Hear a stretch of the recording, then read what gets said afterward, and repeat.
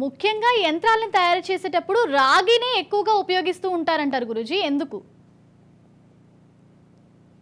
మనము కోటీశ్వరులు ఇల్లు కట్టుకున్నా ఆ ఇంట్లో వైర్లలో రాగి తీగలే పెట్టుకుంటారు గాని బంగారు తీగలు పెట్టుకోరమ్మా. ఎంత కోటీశ్వరైనా బంగారు వస్తువులు ఇవే వేరే ఉండొచ్చు గాని కరెంటు పాస్ అయ్యేది శక్తి, కరెంట్ అంటే పవర్.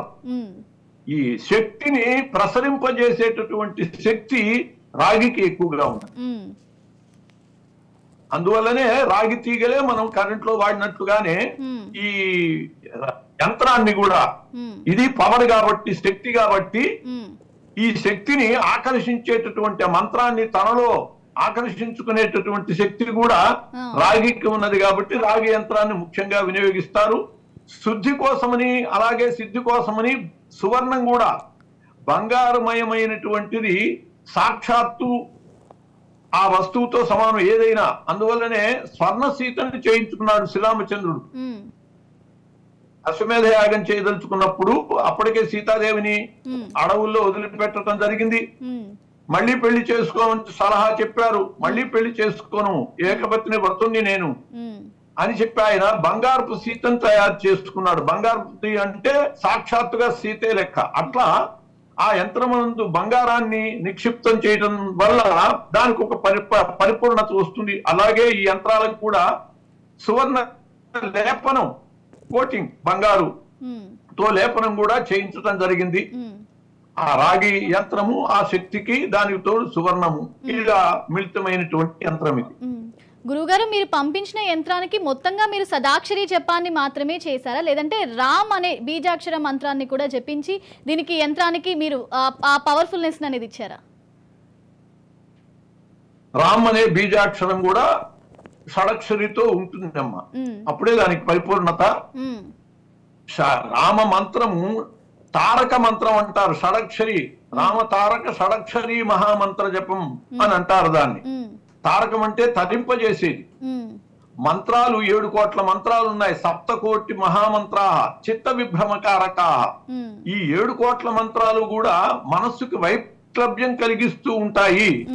ఏక ఏవ పరో మంత్ర రామ ఇచ్చక్షరద్వయం. ఒకే ఒక్క మంత్రం ఉన్నది, పరమమైనటువంటి మంత్రము, అది రామ అనేటటువంటి మంత్రము. ఆ రామ మంత్రాన్నే పరమశివుడు నిరంతరము జపిస్తూ ఉంటాడు. రామ మంత్ర విశిష్టత ఎవరికి తెలుసు అంటే పరమేశ్వరుడికే తెలుసు అన్నారు. అటువంటి పరమేశ్వరుడు రామమంత్రాన్ని తాను జపించడమే కాకుండా కాశీలో మరణించినటువంటి వాళ్ళ కుడి చెవులో కూడా అదే మంత్రాన్ని ఉపదేశిస్తూ ఉంటాడు పరమశివుడు. అటువంటి విశిష్టమైనటువంటి మంత్రం ఏకయేవ పరో మంత్ర రామ ఇచ్చక్షరద్వయం. రామయేవ పరబ్రహ్మ, రామయేవ పరం తపః, రామయేవ పరం సత్యం, శ్రీరామో బ్రహ్మతారకం అని చెప్పి అది పరబ్రహ్మ, రామరూప పరబ్రహ్మమైనటువంటిది కాబట్టి ఆ రామ మంత్రానికి ఉన్న శక్తి రాముడికి కూడా లేదన్నారండి.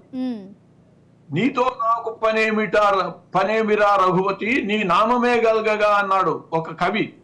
నీతో నాకు పనేమిటయ్యా, నీ నామం ఉన్నది చాలు అన్నాడు. రామ వ్యక్తి కంటే రామనామం చాలా గొప్పది అని చెప్పబడ్డది. మనకి రామాంజనేయ యుద్ధంలో తెలుస్తుంది. రామ బాణం కంటే రామనామమే గొప్పది అని చెప్పి ఆంజనేయుడు నిరూపించాడు. అటువంటి ఒక శ్లోకం చెప్పారమ్మా, ఫయైక తారితాయోధ్య.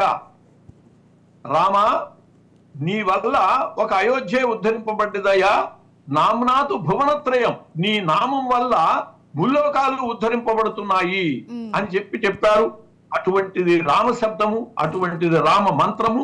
జయతు జయతు మంత్రం జన్మ సాఫల్య మంత్రం, జనన మరణ భేద క్లేశ విచ్ఛేద మంత్రం, సకల నిగమ మంత్రం, సర్వశాస్త్రైక మంత్రం, రఘుపతి నిజ మంత్రం, రామ రామేతి మంత్రం అని చెప్పి ఆ మంత్రం యొక్క విశిష్టత చాలా గొప్పగా చెప్పబడ్డది.